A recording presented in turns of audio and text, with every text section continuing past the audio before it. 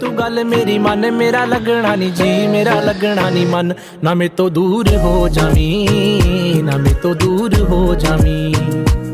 ओ जिवें बदलां दे ओले होया चन ना मैं तो ओले हो जावी तू गल मेरी मन मेरा लगना नी जी मेरा लगना नी मन ना मैं तो दूर हो जावी ना मैं तो दूर हो जावी